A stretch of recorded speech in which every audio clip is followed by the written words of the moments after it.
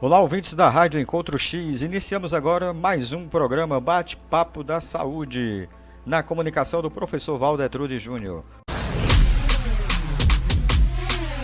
Hoje estamos recebendo aqui o amigo Sérgio Briggs, ele que é tecnólogo e técnico em radiologia, tem graduação plena em educação física, pós-graduado em fisiologia e docência do ensino superior. Ele que tem mais de 20 anos de atuação em radiologia intervencionista e é lá do Rio de Janeiro. Seja bem-vindo, meu amigo Sérgio, ao programa Bate-Papo da Saúde, para falar um pouco sobre essa radiologia intervencionista e sobre a hemodinâmica. Seja muito bem-vindo. Olá, eu queria começar agradecendo o convite. É uma grande honra, professor, estar aqui, podendo falar um pouquinho sobre essa especialidade. É uma especialidade que eu já trabalho há quase 20 anos. Eu gosto muito. Se você me perguntar o que eu gosto mais dentro da radiologia, sem sombra de dúvidas, é a radiologia intervencionista. É uma área que vem crescendo. Quando eu comecei lá atrás, era muito pouco conhecida. Ela ainda aquele negócio da medicina moderna, parecendo fantástico. Eu comecei a me sentir importante de estar participando daquilo. E aí eu comecei a estudar, e a cada vez que a gente vai estudando, vai se aprofundando, vai conhecendo mais e vai tomando gosto, né? E aí acabou que hoje eu não me vejo fazendo outra coisa além da radiologia intervencionista. Bom, dentro da radiologia intervencionista, a gente tem uma área que é conhecida como a hemodinâmica. E o que seria a hemodinâmica, né? O que se faz dentro de um laboratório de hemodinâmica? O nome dele já diz, né? Hemo, sangue, dinâmica, movimento. É o estudo que a gente faz dos vasos sanguíneos, que compreendem artérias e veias. Normalmente, na sua grande maioria, as artérias.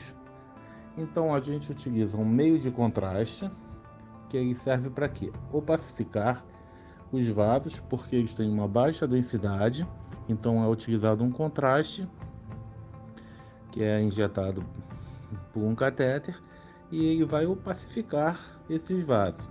Mas como que eu consigo visualizar isso? Normalmente com a utilização da fluoroscopia, o raio-x. A fluoroscopia consegue, pela sua tecnologia, ela faz o quê? Uma imagem em movimento, diferente do raio-x convencional que a gente comumente conhece. A fluoroscopia ela proporciona o quê? Uma imagem em movimento. Então, você junta esses fatores: um equipamento de fluoroscopia, a injeção de contraste num vaso, você consegue visualizar como está o trajeto do sangue nesse vaso. Vamos dar um exemplo. Você pega uma artéria bem calibrosa, assim, tipo uma artéria aorta, e você faz uma injeção de contraste na artéria aorta. Você vai conseguir ver como está o trajeto do sangue nessa artéria. Então isso a gente reconhece como a hemodinâmica, né? O sangue em movimento. Meu amigo Sérgio, com relação à radiologia intervencionista e seus diversos procedimentos e hemodinâmica, existem diferenças conceituais. Você poderia falar um pouquinho mais sobre o que seria a hemodinâmica, o que seria a radiologia de intervenção, em suas áreas, né, conforme a realidade em si? Bom, gostaria também de aproveitar e tentar explicar um pouquinho uma confusão que tem, que assim, é muito grande, é uma confusão assim de terminologias, né? Seguinte, as pessoas confundem assim, radiologia intervencionista e hemodinâmica. A hemodinâmica é a radiologia intervencionista é a hemodinâmica. Vou tentar explicar um pouquinho. Não. Na verdade, a hemodinâmica é uma modalidade dentro da radiologia intervencionista. A radiologia intervencionista ela pode englobar todas as nossas especialidades da radiologia. Vou citar um exemplo. Ultrassom. O ultrassom a gente consegue fazer uma intervenção, uma biópsia. Então, a partir do momento que a gente faz isso, o ultrassom ele se torna parte da radiologia intervencionista. Mas assim, comumente, né, a gente tem assim o hábito de adotar termos. Então, a radiologia intervencionista ela é utilizada para toda aquela parte de intervenção na hemodinâmica que não é cardiológica. Vou tentar explicar melhor. A gente, dentro da hemodinâmica, a gente tem intervenções cardíacas, que são feitas por cardiologistas intervencionistas. E eles, desde quando começou a hemodinâmica, lá no início, lá, 1920, 1930, eles foram desenvolvendo catéteres junto aos radiologistas, eles deram um boom na década de 80 e tomaram uma grande proporção dentro da hemodinâmica. E então eles compreendem uma grande fatia dentro de um laboratório de hemodinâmica. Todas as outras intervenções que são feitas no laboratório de hemodinâmica normalmente são atribuídas à radiologia intervencionista, ou seja, o que não é do coração a gente atribui à radiologia intervencionista. Vou citar exemplos: uma arteriografia cerebral, uma embolização cerebral, uma arteriografia de membros inferiores, uma angioplastia de membros inferiores, uma embolização uterina, uma embolização de fígado, no fígado. Todas essas são atribuídas à radiologia intervencionista e não à cardiologia. A cardiologia só trata o coração, a cardiologia intervencionista trata o coração.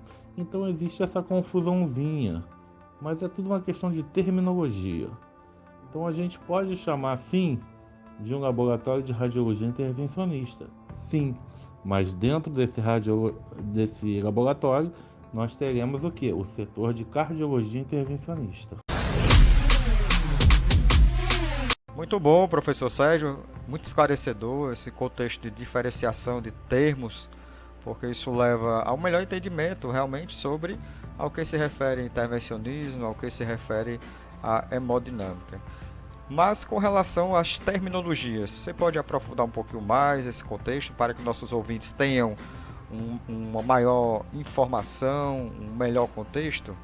Dando continuidade assim à parte de terminologia, para a gente poder seguir com o nosso bate-papo, vamos falar um pouquinho sobre alguns termos, né, que as pessoas falam assim: angiografia, cateterismo, essas coisas. Vamos tentar diferenciar um a um. A angiografia seria o quê? A imagem de vasos. Anjo seriam os vasos. E essa angiografia, ela subdivide-se, né? Então temos a arteriografia, que seria o quê? A imagem das artérias. Temos a flebografia ou venografia, a imagem das veias. Aí tem um termo que já está caindo em desuso, que é a angiocardiografia, que seria a imagem do coração e as suas estruturas. E o que veio a substituir ele seria o que? O cateterismo cardíaco. Normalmente as pessoas falam cateterismo, só que o correto seria falar cateterismo cardíaco, uma vez que todos os procedimentos na hemodinâmica utilizam o que? Um catéter. Através desse catéter se injeta um contraste e esse vai opacificar os vasos e estruturas.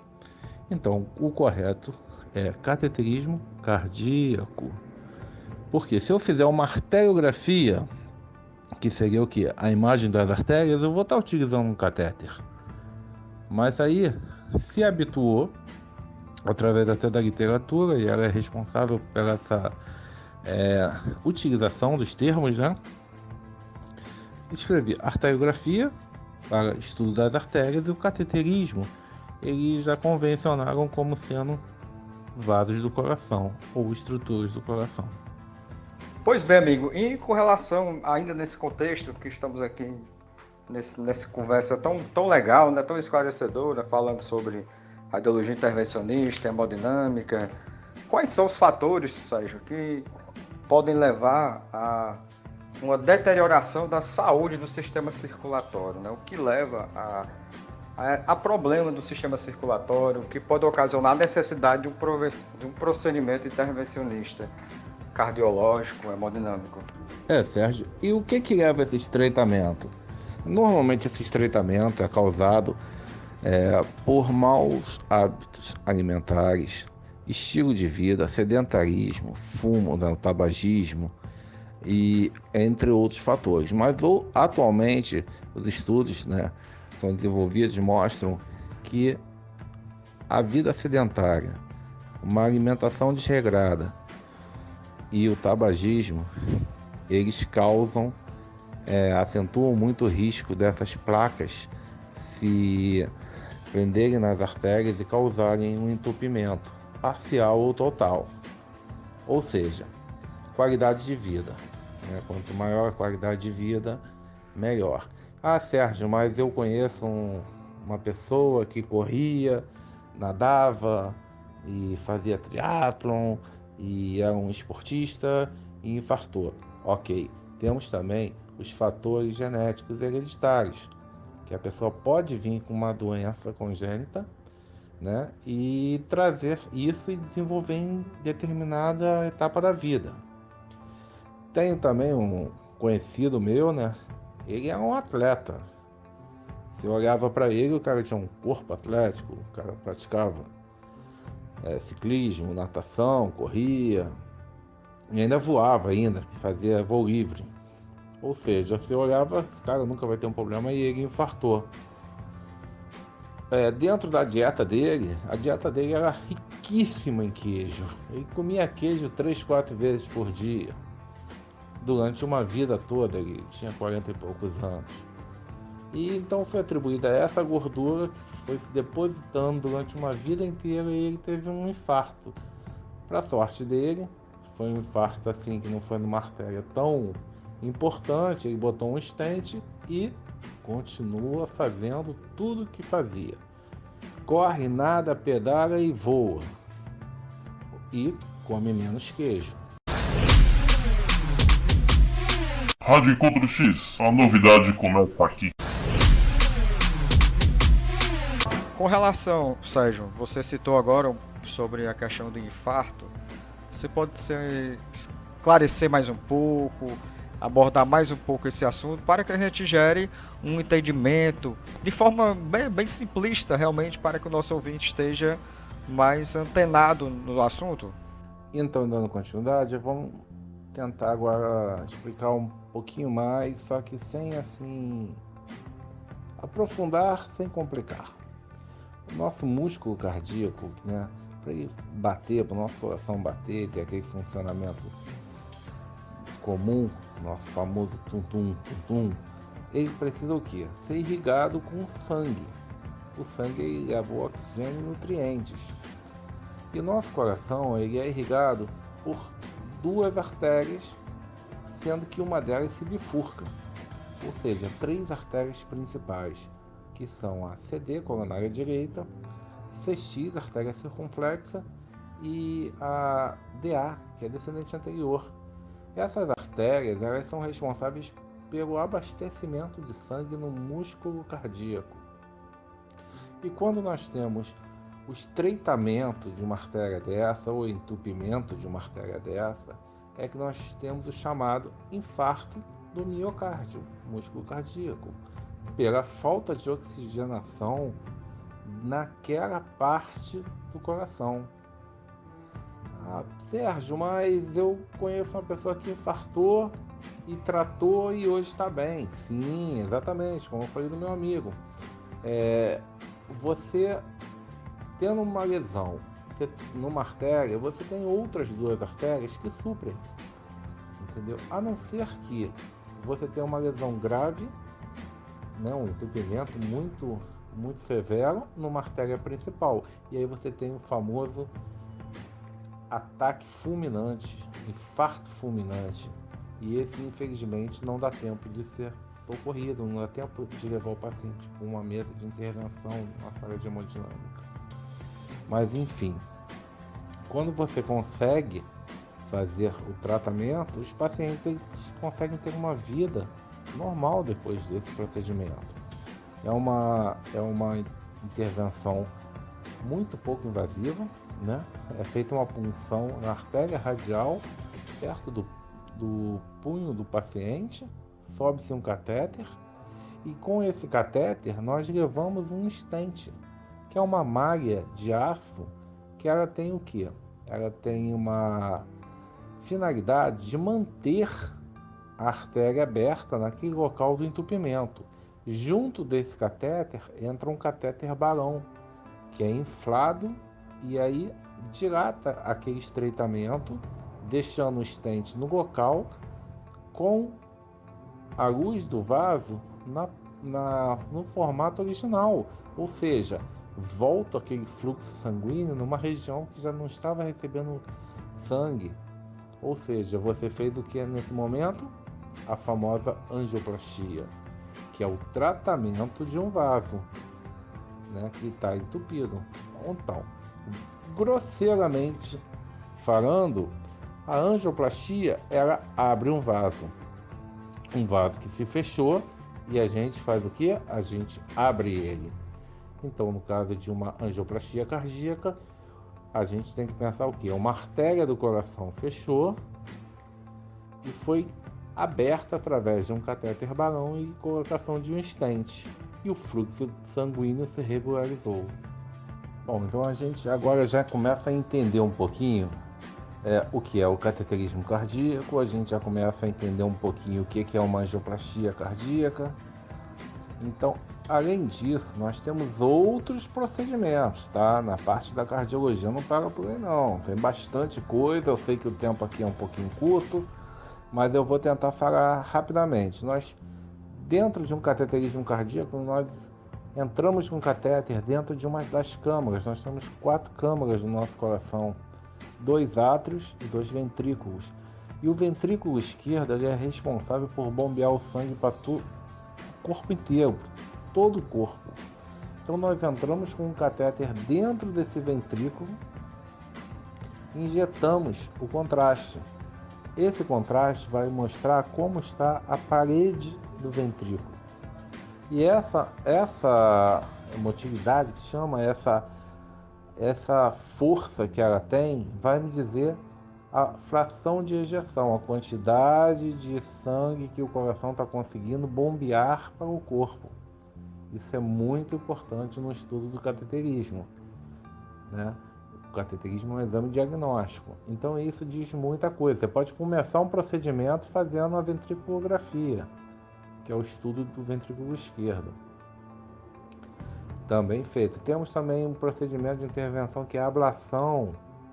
Temos também outros estudos que são de colocar determinadas próteses valvares em válvulas que estão com deficiência em abertura e fechamento.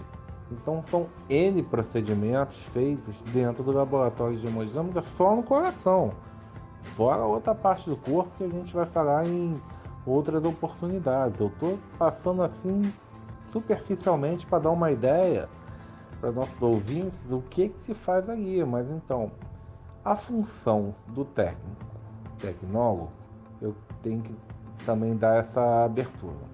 Tudo isso que eu estou falando são os procedimentos, o que ocorre ali dentro. Mas quem faz esses procedimentos é o médico. Qual é a nossa função? A nossa função é propiciar a imagem adequada para que ele possa executar todos esses procedimentos. Seja colocação de catéteres, colocação de próteses, colocação de stents, colocação de balão. O médico pensa, você executa. Você faz as projeções oblíquas, craniais, caudais, de forma que ele consiga ver as artérias ortogonais, né? A P, perfil oblíqua, cranial, caudal, de todas as posições, a fim de ter certeza que aí tem uma lesão, não tem uma lesão, ou tinha uma lesão, foi tratada, ter certeza que o tratamento ficou bom.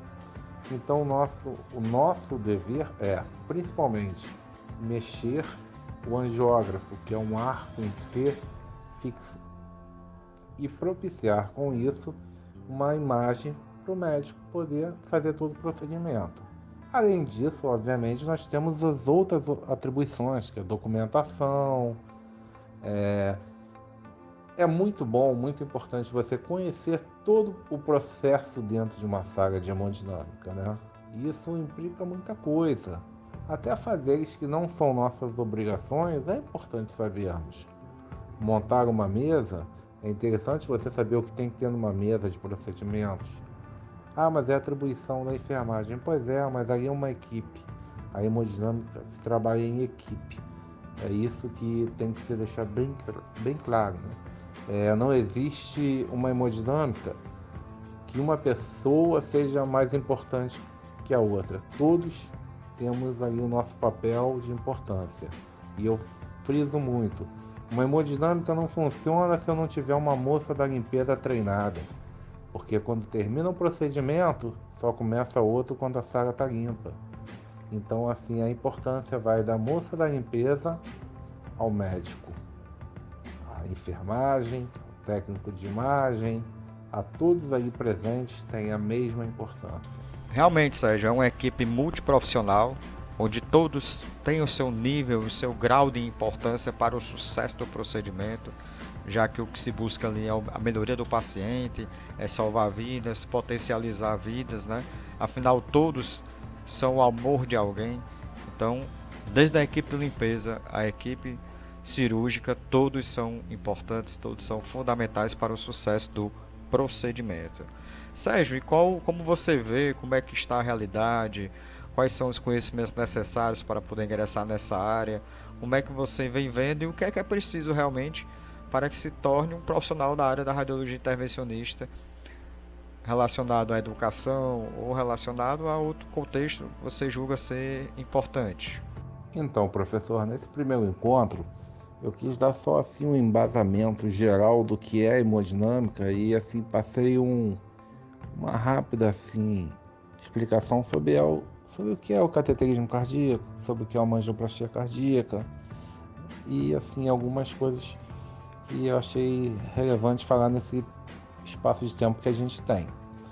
Então assim, o que eu acho, você me pergunta, o que é a formação? Eu, pela minha experiência assim que eu tenho visto aí pelo Brasil, eu acho um pouco carente a formação na radiologia intervencionista nos cursos técnicos e tecnólogos. Se fala muito pouco no momento que essa modalidade está crescendo muito. Meu ponto de vista é que poderia ser mais explorado, poderia se investir mais nisso, porque o mercado está precisando de gente capacitada. Sérgio, aí a pergunta vem, Sérgio, e o que precisa para se capacitar? Professor, estudar. A pessoa precisa estudar. E estudar aonde? Ah, eu não tenho um livro, eu não tenho... Estudar na internet, né? Hoje nós temos a internet como nossa parceira, ela sendo utilizada de uma forma positiva, ela nos acrescenta muito, né? Então, às vezes, vale a pena deixar alguma série de lado, algum filmezinho, algum joguinho, alguma rede social por uma horinha por dia para pesquisar um artigo lá de fora, para pesquisar o que está acontecendo de mais novo no mundo, na radiologia intervencionista, porque eu estou falando o que eu faço, né? O que eu faço, eu me dedico um pouco a isso e a gente vai aprendendo, né? Aprendendo autodidaticamente, né? Cursos de formação, a gente tem pós-técnicos que são muito bons, eles te oferecem estágio, é uma porta de entrada, né? O profissional que fez o tecnólogo, se na unidade que ele está estagiando tiver um laboratório de hemodinâmica, ele pode tentar, né, almejar lá dentro da unidade, fazer um estágio no laboratório de hemodinâmica, e aí ele começa a conhecer. Sempre que a pessoa estiver fazendo um estágio, eu aconselho, invista numa literatura, invista em conhecer o que está acontecendo aí. Não é só operar uma máquina sem saber o que está fazendo. Você tem que saber, conhecer o procedimento, conhecer o material que está sendo utilizado, por que está utilizando aquela droga, por que se utiliza, por exemplo, uma heparina, por que se utiliza, de repente, o soro, aumenta o volume, diminui o volume. Essas coisas são importantes. são detalhes que fazem a diferença no profissional. Muito profissional estagiário é absorvido pelo trabalho. O trabalho ele vai precisar em determinado momento de alguém e o médico vai falar, pô, chama aquele rapaz que fez estágio aqui, ele era interessado no assunto, ele perguntava bastante, tinha vontade de aprender. Então são coisas que fazem a diferença no profissional, né? Outro conselho que eu dou é postura profissional. Você trabalha do lado do médico, né? O médico é do lado mesmo, né? Corpo a corpo. Paciente na sua frente, o médico manuseando catéteres e você manuseando a máquina, operando a máquina. Então ali é uma relação de respeito e confiança. Então a postura é muito importante. Você entrou em sala, procedimento não é uma hora de brincadeira, uma hora de seriedade, tem um paciente ali necessitando de cuidados. Então é um conselho que eu dou, a postura. Uma outra coisa é a pessoa também tem que ter um mínimo de afinidade, é um ambiente cirúrgico. Tem muitos colegas na área de radiologia que têm dificuldade com sangue, né? Só que o nome já diz, é hemodinâmica, né? É o sangue em movimento, então eventualmente você vai ver sangue. Se você tem dificuldade com sangue, eu te aconselho a não ir para a hemodinâmica, porque é um local que não é muito indicado para você. Então, assim, são dicas básicas. Agora, o aperfeiçoamento contínuo, né? A pessoa tem que procurar um curso. Ah, vai ter um curso EAD? Faz. Ah, vai ter um curso de eletrocardiograma? Faz. São pequenas coisas que só vão somando. Muito esclarecedor, meu amigo Sérgio, essa realidade que realmente é necessário buscar educação contínua, buscar aperfeiçoamento, buscar o conhecimento, porque o conhecimento é poder e você está empoderado diante de ter esse conhecimento. Então, muito obrigado pela sua presença, obrigado por dividir conhecimentos importantes conosco hoje, com nossos ouvintes da Rádio Encontro X, e fica aberto aqui os microfones para o seu encerramento. Professor, eu queria agradecer o convite. Eu sei que o tempo é curto, eu dei uma explanada bem genérica do que é a hemodinâmica. Fico aberto a novos convites para a gente bater uns papos mais específicos, de repente a gente pode falar a próxima vez somente de cateterismo cardíaco, ou a gente já vai para a parte cerebral, a gente fala um pouquinho de arteriografia cerebral, embolizações cerebrais. Fico aberto aí a novos convites, à disposição de vocês. Gosto muito de falar disso, porque é isso que eu gosto de fazer e tem que ser divulgado. Quero deixar um grande abraço a todos, espero ter contribuído um pouquinho e estudem, gente. Um grande abraço a todos, fiquem com Deus. Deus abençoe todos vocês. Este foi nosso programa Bate-Papo da Saúde de hoje, aqui na Rádio Encontro X, na comunicação do professor Valdetrude Júnior. Apoio, Radiologia em Foco e Instituto Multi de Cursos e Eventos. Fique ligado aqui na nossa rádio, na nossa programação e até o nosso próximo encontro. Rádio Encontro X, a novidade começa aqui.